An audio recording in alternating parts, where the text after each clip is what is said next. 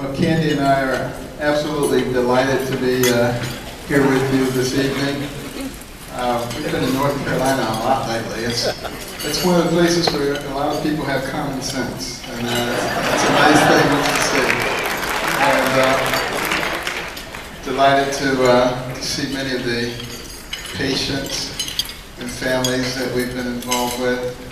Our good friend Bill Millis and his friends, and Anna Lightfoot, who's helping us out with some of our medical policies, and so many people, because we're all a part of determining which way this land is going to go.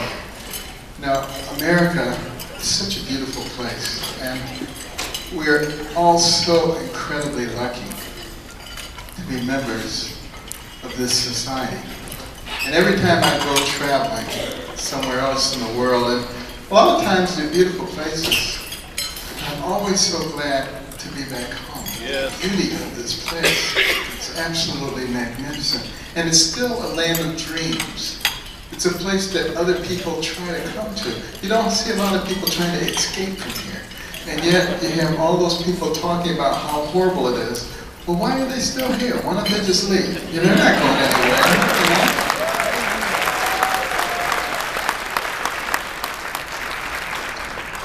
But there is trouble in the land. There's no question about that.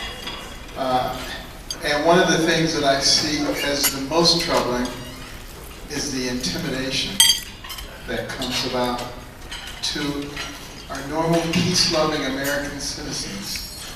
They're being intimidated by the PC police.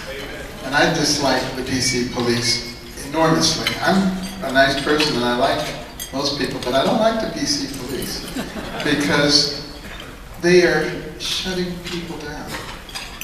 And you might have noticed that when people get divorced, what do? They stop talking. Well, that's what the PC police do.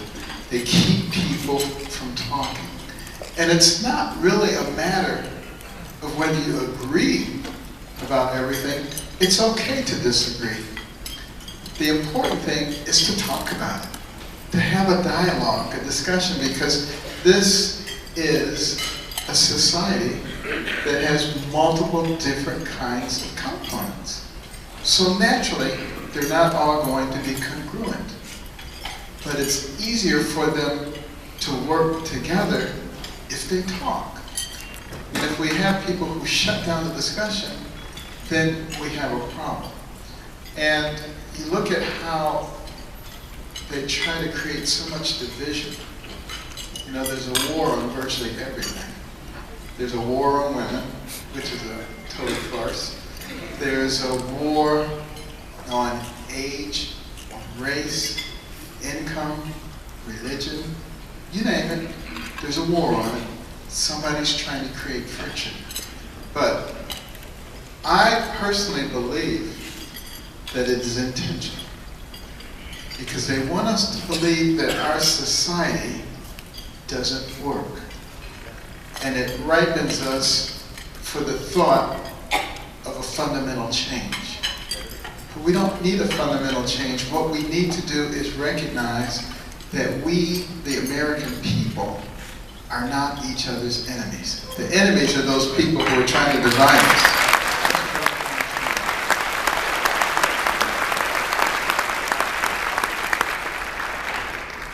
And they're intimidating us into silence.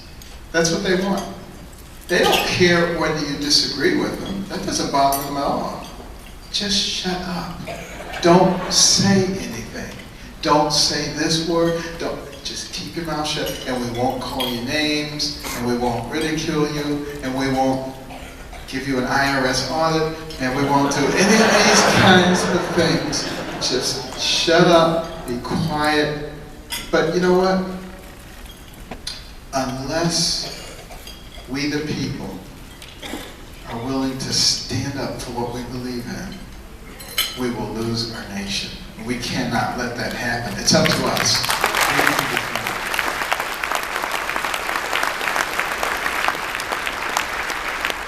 You know, I learned about intimidation when I was 8 I was intimidated by dogs. I was just deathly afraid of dogs. I mean, I would be late to school because I'd be going to school, I'd be almost there, and there would be a dog. And I would have to turn around, go around the block, then I'd almost be there, and there'd be another dog. You know, they just got so tired of me and these dog stories. And then there was an elderly man, and he told me something that was wonderful. He said, dogs won't bother you if you're not afraid of them. He said, no matter how vicious they look, just ignore them, and they won't bother you. I said, are you sure about this? Because there was this vicious dog on our street way down near the inn, and nobody liked to go down there because there was this dog named Rusty, and he was very intimidating. I said, I'm going to try this out. So I go walking down there toward Rusty. He couldn't believe his eyes. He started licking his chops. And he came charging out at me, barking and snarling, ran right up to me, and I said, this was a mistake. But he just sniffed my leg, turned around, and went back. The next day, he just barked at me from the porch. The next day, he just looked at me. The next day, he didn't even look at me because it wasn't worth his while. I wasn't afraid he wasn't going to waste his energy. And you know, that's the same way they are. What we have to do is learn to ignore them and move on to the things that are important.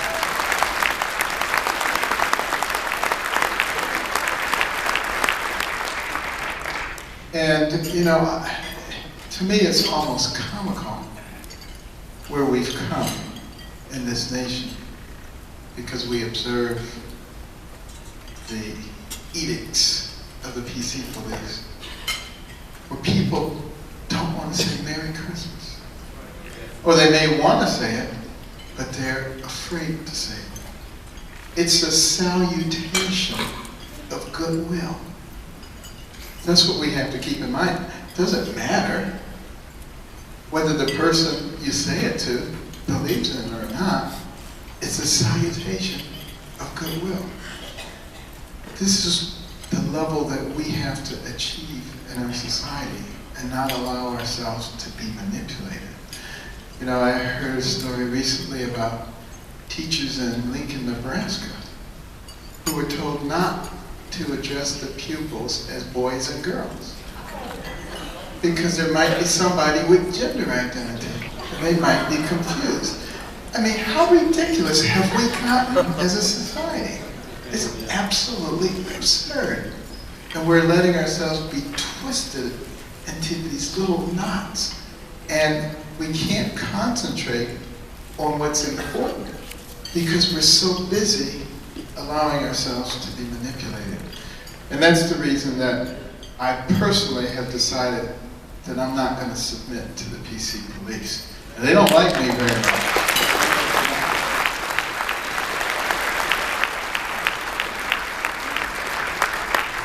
They don't like me very much, and you know, I find it fascinating. They're sniffing around every place they can possibly sniff, going to my old neighborhoods, going to the hospital, talking to colleagues, you know, talking to patients, if they're around and they see these patients, they'll go talk to them. They try to find anything that they can, any kind of dirt, because they're absolutely certain that there's some dirt.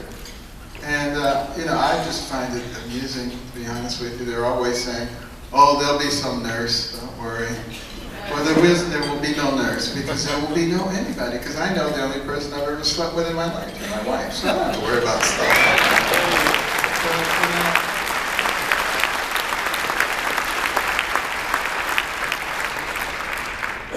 But what will really be required is not so much me, because it's not about me. It's about us. It's about we, the American people, and whether we make the decision that we are going to take control of our nation. Because you see, this nation was designed around us. It was supposed to be of, for, and by the people, not of, for, and by the government. And the government is supposed to conform to our will, not us to the will of the government.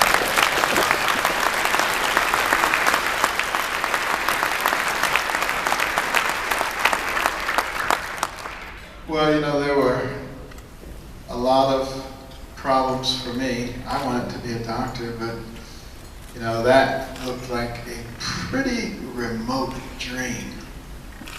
Or maybe it would have been a remote dream in any place except America. You know, we were desperately poor.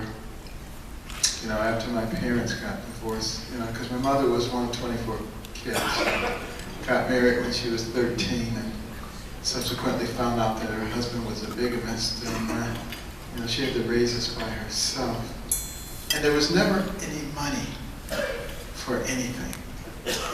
You know, I remember so vividly, the teacher would announce, everybody to bring a nickel to school tomorrow because we're going to have popcorn balls. And they just be balls of popcorn with molasses stuck together with bright cellophane around them, different colors, and it just looked so good. And I never had one because we never had a nickel that I could have. And we would go to the store, and my brother and I would, at the checkout, we'd see the chewing gum or the bubble gum, and I said, "Mother, can we get this?" And the answer was always the same: we don't have money for that. And she wanted to get it for us, but she couldn't. And the look in her eyes of pain was so significant that pretty soon we just stopped asking. We don't want to see that look anymore. And we'd be able to go to the state fair, and there'd be enough money to get in, but never enough money to have any cotton candy. I never tasted cotton candy until I was an adult. It wasn't that good. But everything looks really good when you can't have it, you know? Never had a chance to ride any of the rides or anything like that. But I'll tell you the interesting thing. My mother, with the little money that she had, she knew how to stretch it. She could stretch every dollar. She would go to the Goodwill and buy a pair of trousers with a big hole in the knee. Back before that was fashionable. And then she would buy some patches and put it on there. And people would be saying, "Where did you get those pants? Those are so cool." And she would take us out in the country on Sunday morning, knock on farmers' doors and say, "Can we pick 4 bushels of your apples or corn or beans? And 3 for you and 1 for us." Well, they always liked that deal, and she would then bring the stuff home and she would can it and just stretch that dollar further than anybody could imagine. And I'm certain that if my mother were the Secretary of Treasury, we would not be in a deficit situation.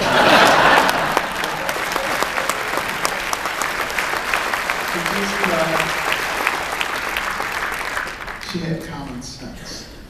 And you know, she passed that along to me because I am extremely, I wouldn't say cheap, but my wife said she would. But I just don't like to waste money. The concept of wasting money bothers me tremendously. And that's why when I look out and I see what's happening with our government, it bothers me. You know, our government has 330 million square feet of office space that they don't use. And yet, they lease from the private sector 180 million square feet. Think how silly that is. I mean, that's just one example. I can go down a list that would blow you away in terms of government waste, and I will be speaking out on that list when and if I decide that I'm going to make an announcement.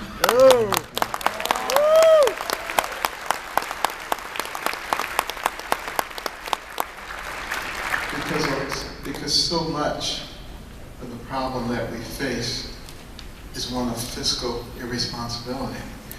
You know, we have a national debt of over $18 trillion. And that's a number that we can say, but how many people can actually comprehend what that number means? I mean, $1 billion is a lot. $1 billion is 1,000 million. And $1 trillion is 1,000 billion. That's just 1 trillion. We're talking more than 18 trillion. To pay that back at a rate of $10 million a day, 7 days a week, 365 days a year, it would take 5,000 years. And that's what we are laying on the next generation. I mean, how can we in good conscience do that? And I'm not even talking about the unfunded liabilities. They were talking 100 to 200 trillion dollars. And yet, it's not as grim as it seems. If we would stop immediately accumulating debt. You know, we have people in leadership positions in our country who consider it a victory when the debt doesn't go up as fast this quarter as it did last quarter. I mean, that's their measuring stick. I mean, how ridiculous is that? We have to change that. We need to have a balanced budget amendment, no spending.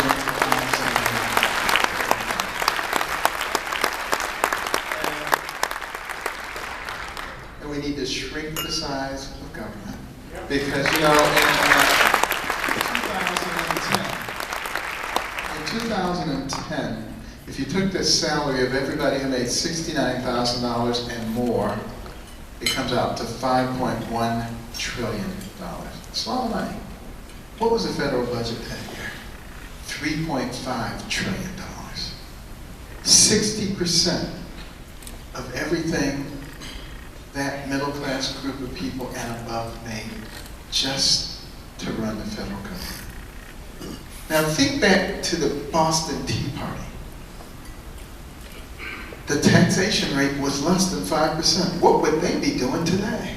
I mean, they would be going bananas looking at this. And, you know, it's been so gradual that we haven't really even noticed what's happened to us. And it's devastating. So, is it possible that we can get it under control?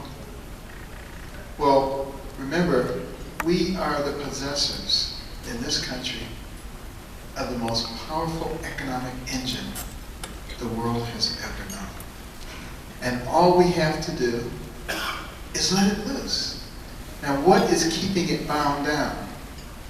Regulations. Incredible regulations. Every month, new regulations around business, industry, academia, every single portion of our society encumbered by regulations. This morning I was in Orlando speaking to the American Bakers Association. And I asked the leadership, are you guys having any trouble with excessive regulation? That was a really funny question. They said, we are being cremated by it. But I asked that to every group, because I get the same answer with every group. This is America. This is a place where people came to escape government interference with every aspect of their lives.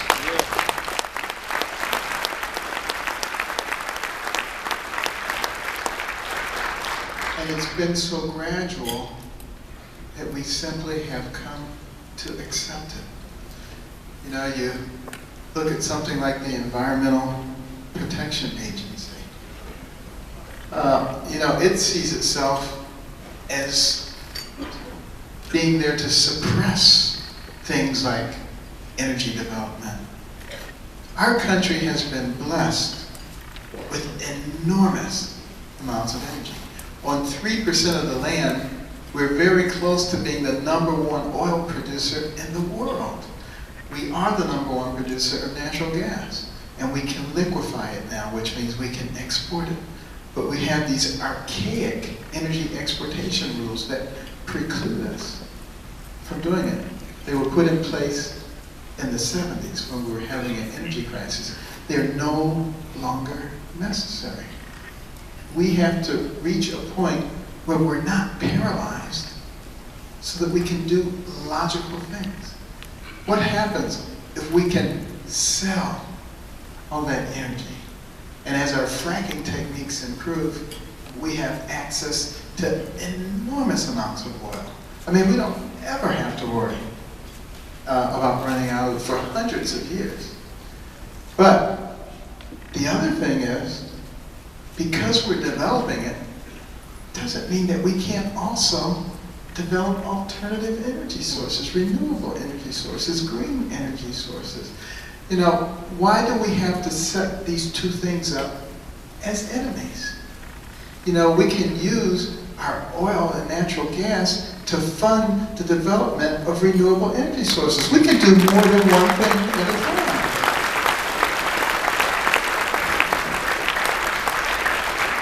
And stop listening to those people who try to make everybody into enemies. You know, as far as, you know, global warming, global cooling, climate change, whatever you want to call it, is concerned, it really doesn't matter whether that's happening or not. What matters is that we are responsible stewards of the environment, and we're going to take care of it because we have to pass it on to the next generation. But we're not going to be absolutely stupid about it. We're going to utilize the EPA to work with business, industry, and academia to find the safest, cleanest, most efficient ways to develop our energy, protect our environment, and protect our future at the same time.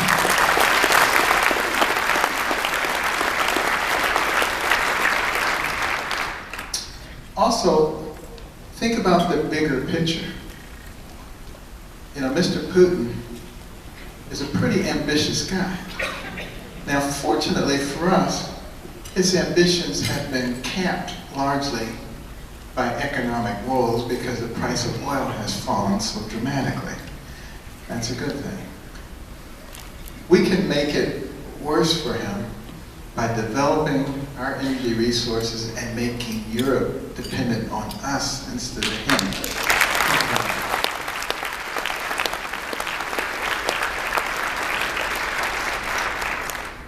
And we also should be looking to achieve global dominance in energy production because we have so much.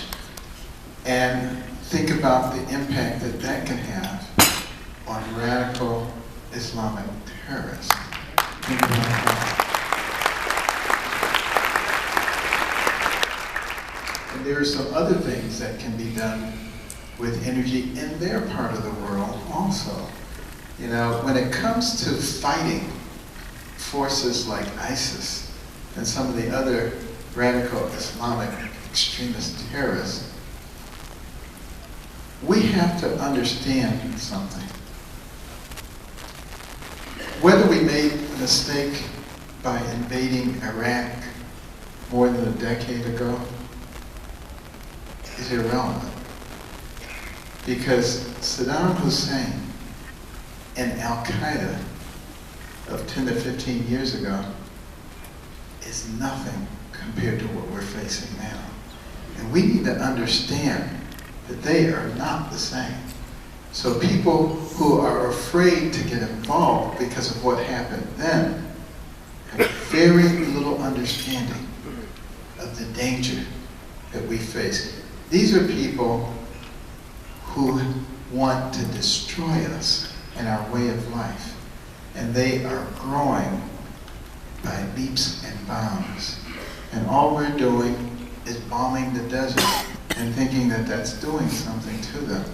We have to be smart enough to recognize that we need to eliminate them. That's the only thing.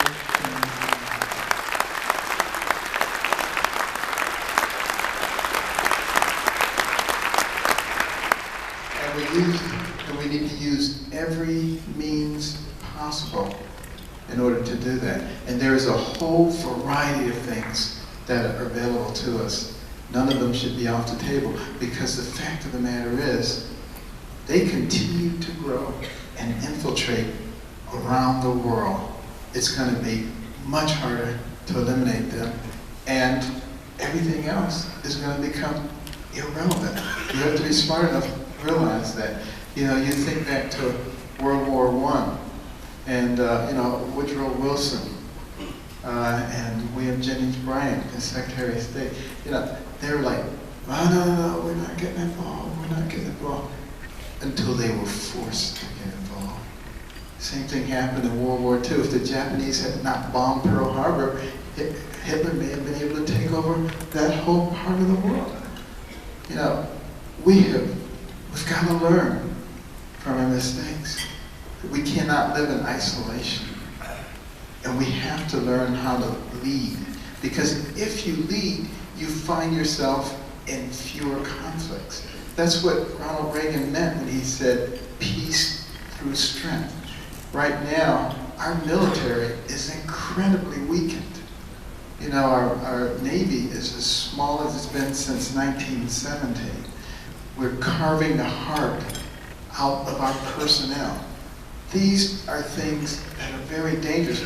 We're weakening ourselves at the same time that our enemy who wants to destroy us is getting stronger. We are setting up the perfect storm for the overthrow of this nation. And some people say, nah, that can't happen. Well, let me tell you something. History tells you that before all pinnacle nations are overthrown, they say, no, can't happen to us. We must be smart enough to recognize what's going on. We all have spheres of influence. We must put pressure on the right people, but most importantly, we must learn how to vote intelligently. And we have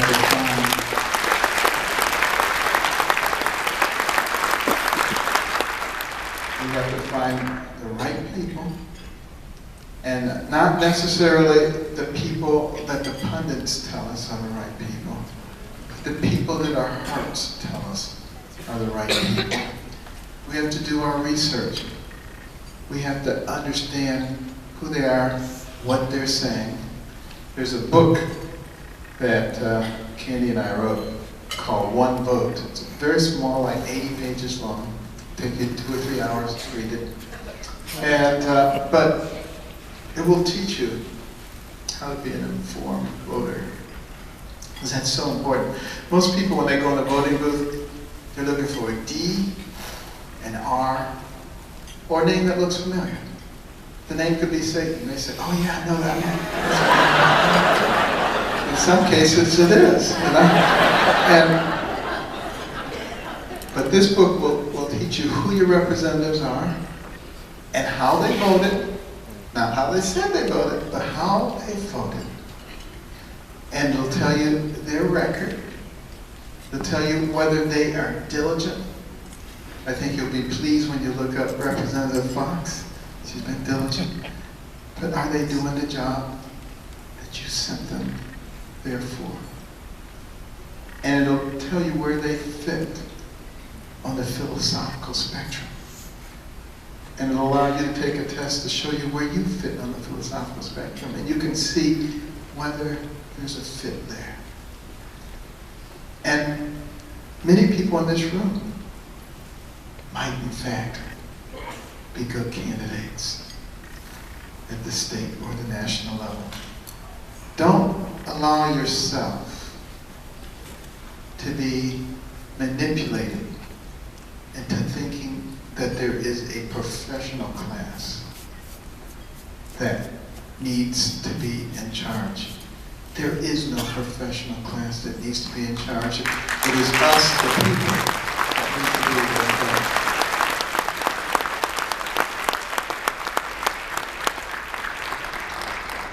it. Wisdom and the ability to get things done is much more important than spending many, many years in politics. And there are many people, many examples that I could give you, but I'm not mean, so I'm not going to do it. You would know these people who've been in politics their whole lives, and you wouldn't want them to manage anything in your life, I guarantee you. That is definitely not the criteria. Well, at any rate, back to America. You know, I get very frustrated when I hear people bad-mouthing our country. Because, you know, before our country came along, 100 years, 500 years, 1,000 years, 3,000 years, people did things the same way. But within 200 years of the advent of America, men were walking on the moon. It changed the entire complexion of the world. And look at this nation and how it was able to rise to the pinnacle so quickly because we had an environment that encouraged hard work and self-reliance. And think about the many communities across America, often separated by hundreds of miles, and yet they were successful. Why were those communities successful, and why did they grow and thrive? Because there were hardworking people there who cared about each other. That was essential. If a farmer broke his leg or broke his back, his neighbors pitched in. They harvested his crops. They took care of his family. See, that's the kind of people that we have been in America. And we must remember that that is so important going forward. That compassion, that caring about your neighbor. You know, some people have unfairly criticized me, saying, well, you grew up in poverty. You benefited from some government programs, and now you want to get rid of them. Well, you know, my mother worked 2 to 3 jobs at a time, leaving the house at 5 in the morning, getting back after midnight, day after day, because she didn't want to be on welfare. Because she was smart. She only had a third grade education, but she noticed that no one she saw go on welfare, or very few, ever got off of it. And she didn't want to be dependent. And she occasionally accepted some aid, but for the most part was able to stay off of it. And she didn't want us to be dependent either. And I don't want people to be dependent either. You know, I want them to move up.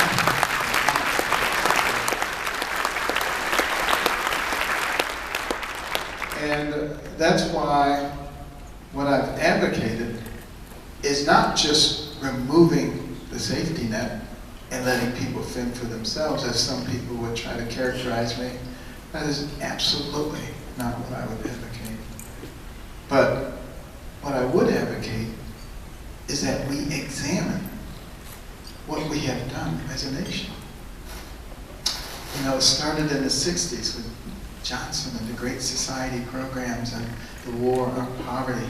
And we started spending trillions upon trillions of dollars to eradicate poverty. And that's in quotations. Because what has happened? In 1969, 1.4% of the population was on food stamps. Today, more than 14%, tenfold increase. More crime, incarceration, out of wedlock births, broken family, poverty in general.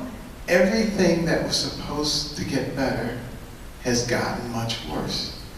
So now what do smart people do? They look at something like that is not working, and they say, wait a minute, maybe we need to re-examine this. Maybe there is a better way to do it. And I hope that's what everybody in here is thinking. What do people who perhaps have a disconnection between their brain and the rest of them, what would they do? They would look at the same situation and they would say, we didn't do it enough. We need to spend more money. We need to make people more dependent. And that's a problem. And what we have to do is make sure that the people who represent us understand the difference. We do not need to be sending people to Congress who are saying, there, you poor little thing, and patting people on the head and saying, we're going to take care of all your needs. Because all that does, it makes people more dependent. That is an unkind thing to do. It is just the opposite of being compassionate. And what we need to be looking at is what can we do to invest in our fellow Americans. And we are smart people, just as smart as Muhammad Yunus in Bangladesh, who won the Nobel Prize in 2006 for his micro-lending program. And 97+% of the people who got those microloans have paid them back. And millions of people rose out of poverty in Bangladesh and that part of the world. We can do the same thing here if we are willing to invest in our fellow man, because we are our brother's keeper. The Bible tells us that we have a responsibility to the downtrodden, and it is our job to take care of them, not the job of the government.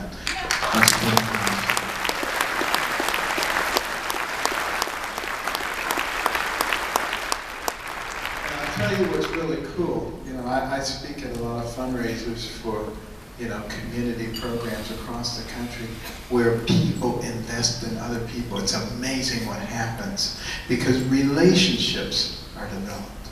And it is those relationships that draw people out of poverty.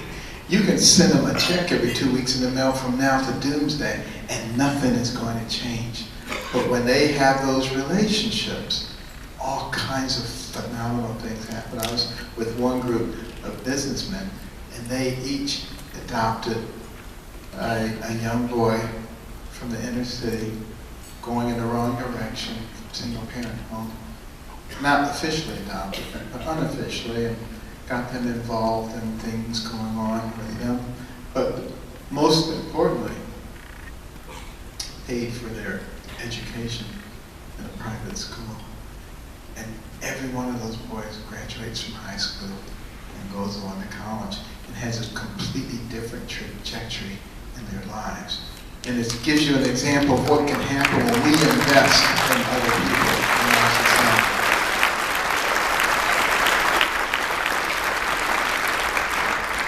And that's something that can be done by business, industry, academia, Wall Street, churches, community groups. The only part the government really should play is helping to facilitate allowing those groups to work together so that they can get people taken care of. And what happens is the fewer dependent people you have, the stronger the fabric of your society becomes.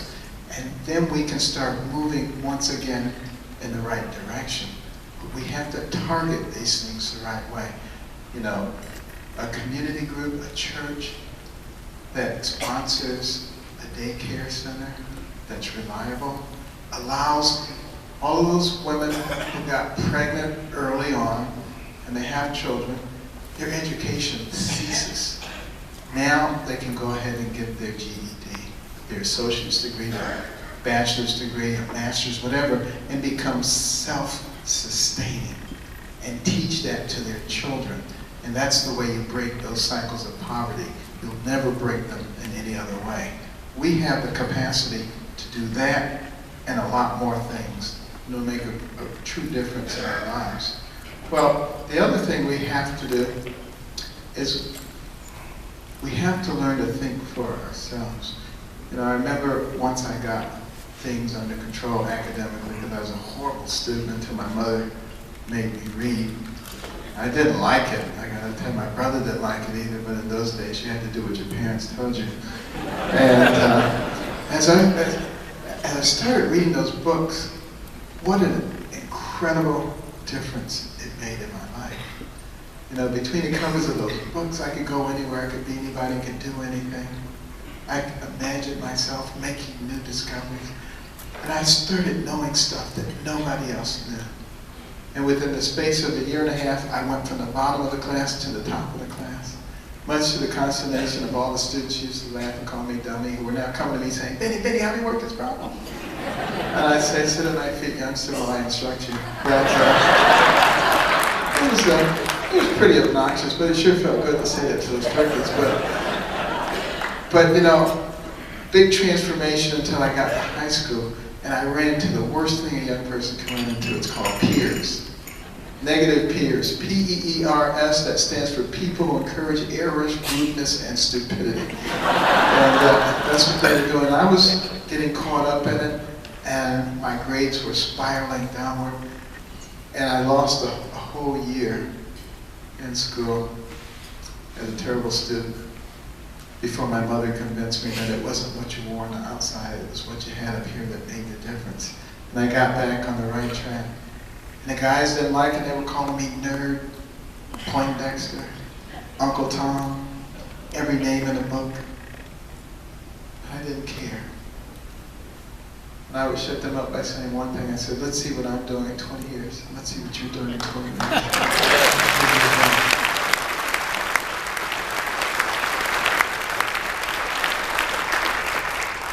And I'll tell you something, that's why it doesn't bother me today.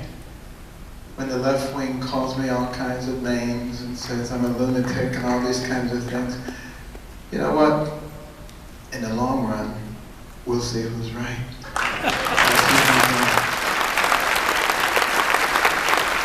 And the thing that really is going to make the difference is you. It's us. It's the people.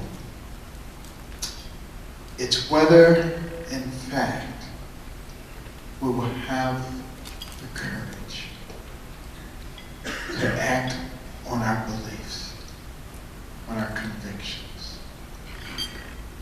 Saul Alinsky's Rules for Radicals. Rule number 1, you make the majority believe that what they think is wrong, that no one thinks that way who's intelligent. And what you think is the only thing that people in the know think. Will we allow them to get away with that? Or will we use our spheres of influence in the correct way? Will you go out and talk to those people in your sphere of influence who have given up? You know, after the prayer breakfast, I kept running into elderly people who said, I've given up on America, I was just waiting to die. But now you give me some hope. Well, we can give people in our sphere of influence hope. Tell them what the issues are. Tell them that their vote does count, that what they think does matter. Because I can guarantee you there are more people in this country who think logically and have common sense than the ones who don't. And all we have to do is get them motivated once again.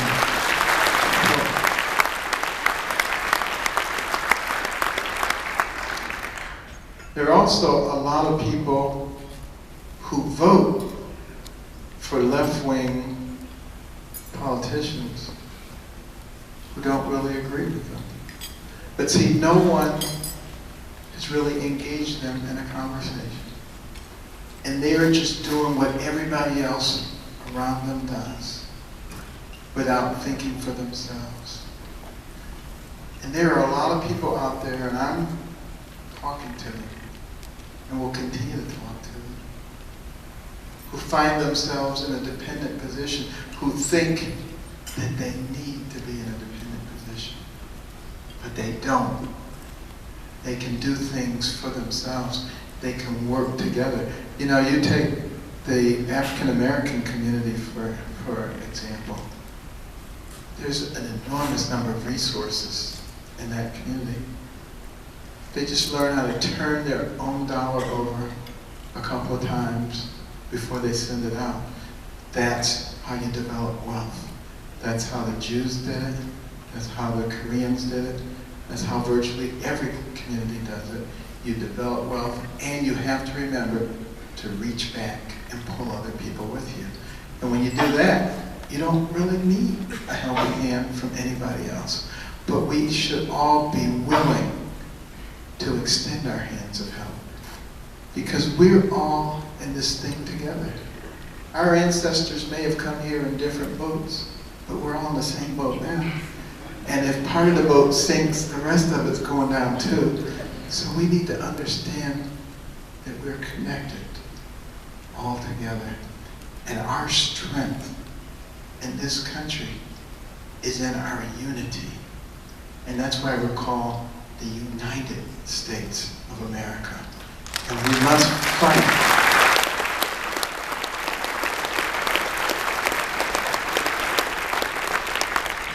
But it will take courage. Because when you stand up, they don't like it. When you voice your opposition to what's going on, they don't like it. They'll try to do anything they can to shut you up. But remember the patriots who preceded us in this country. Remember what they were willing to do for us. They did not have jelly spines. They didn't sit around worried about what somebody was going to call them. Nathan Hale, teenage spy, caught by the British, ready to be executed. He said, "My only regret is that I have but one life to give for my country." Think about that kind of courage. Patrick Henry, give me liberty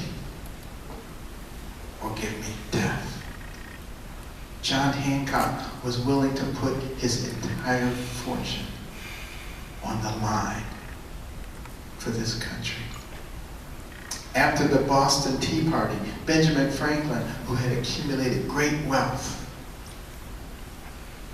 was willing to pay it to the British to appease their anger. These are people who cared enormously for this country and for their fellow men. Think about all of those who battled for us. Think about World War II and the Axis powers toppling other nations, one after another, like dominoes falling. And the whole world would have been subjugated to tyranny, except for one thing: the United States of America. A country that sent its young men from the cities, the suburbs, the country to fight a war on two different fronts of the world. A country that sent its young women into the factories to build more airplanes and tanks and mortars than anyone could imagine. A country that through its industrial might and its determination changed the course of the world. On D-Day, our soldiers invading the shores of Normandy, being met by Axis machine gun fire, being mowed down hundreds at a time, lying on the sand, 1,000 bodies on the sand. Did our soldiers turn back? Were they afraid? Yes, they were afraid, but they didn't turn back. They stepped over the bodies of their dead comrades, knowing in many cases that they would never see their homeland again. They would never see their loved ones again. Why did they do it? Not for themselves, but for you and for me. They were willing to die for our freedom in this land. And now the baton has been passed to us. What will we do with it? Will we hide and hope no one sees us? Or will we stand with pride for what we believe in? Will we fight for what we believe in? Will we realize that freedom is not free and that it must be fought for every day? And the next time you sing the national anthem and you look at this beautiful flag and you get to the end of that first stanza and you see those words, land of the free, home of the brave. Don't just let those words roll off your tongue. Think about what they mean. And recognize that we cannot be free if we're not brave. Thank you.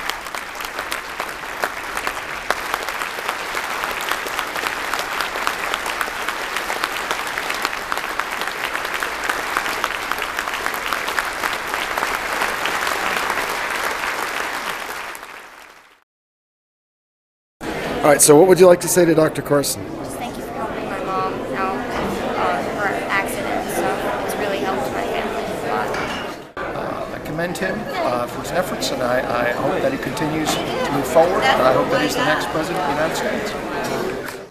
Dr. Carson, I'm fiercely proud of you. Thank you for speaking tonight, and thank you for caring about our country. I appreciate you. God, you did an amazing job tonight. Wonderful speech. Thank you for coming, Ben, and run for president, please. I enjoyed listening to you. I enjoyed hearing someone soft-spoken with common sense and without fear. Thank you. I just think Dr. Carson's great. I brought all of my kids here tonight. They've seen his movie, but to see somebody who has such an extraordinary story is amazing. And I'll tell you what, to see a man with that kind of brilliance and also have that kind of humility, that is what we desperately need in this country. Dr. Carson, I'd really like to thank you for coming to Winston-Salem, and I also want to just thank you for bringing common sense to our country, for being a Christian and being proud of being a Christian. And I really would like to see you in the White House, but if you do not make it to the White House, I think that you are impacting our culture, and I just want to say thank you. I was really encouraged not to give up hope, and I thank you for bringing hope to us who love America dearly. Thank you. I thought that Dr. Carson was good. I liked the way how he presented everything very calm and relaxed. So yeah, I think he has a lot of good ideas, and it's nice that he knows America's history. It was well spoken, well thought out. I would be so excited if he ran for president. I've been a fan of his ever since my son did a book report on him in second grade, and he's 25 years old now. And I do want to say that I have never been politically active because I've never felt that there's been someone that truly speaks to how I feel. And so that it's nice to know that I am not alone and there's somebody out there that feels the same way I do. And it's given me excitement to know that we can take this country back. I'm just delighted that I'm here and that he's hopefully willing to run for the President of the United States. We need a man like him. I would like to say that tonight's speech was amazing. You couldn't hear a pin drop in that entire room. Everybody was spellbound. So it's just a matter of time. So pretty soon we'll be seeing President Carson. It's just a matter of time. I thought that he's very intelligent. I think that he is a unique type of politician, and I think it's important that he knows America's history, and he clearly demonstrated that tonight. I thought Dr. Carson was a very good man, and he had some very good ideas, and I like the way he presented them tonight, and I believe he'd make a very good presidential candidate. All right, so what would you like to say to Dr. I pray Carson? that he continues to be led of the Lord in his decision making. I know he'll make the right decision. Dr. Carson, I just want to thank you for inspiring the next generation, for showing them that education and not making excuses is a very valuable thing. I appreciate you teaching us that. I was so encouraged because he really gave us a charge of every single one of us being involved in taking back our country at a very personal level, which was such an encouragement to me as a mom who's at home with my kids thinking, what can I do? And so he really told us what we could all do, and so encouraging to see somebody with such common sense looking at our country very realistically and telling the truth about it in a way that nobody has the guts to do. Dr. Carson, that was the most profound speech I've ever heard in my life, and I do pray and hope that you will run for president of our country and change things in this country for the better. Thank you so much for your words of encouragement and uplifting our spirits tonight. God bless. For one, I thought his speech was inspirational. The fact that he is not a career politician and that he's bringing this stance of common sense and self-reliance and help, but also helping each other, just a common sense view of what's wrong with the world today and how we can be the front runners and the leaders to help fix that problem. And that kind of common sense and that kind of courage, that's something America needs right now. So I throw my support to Dr. Ben Carson.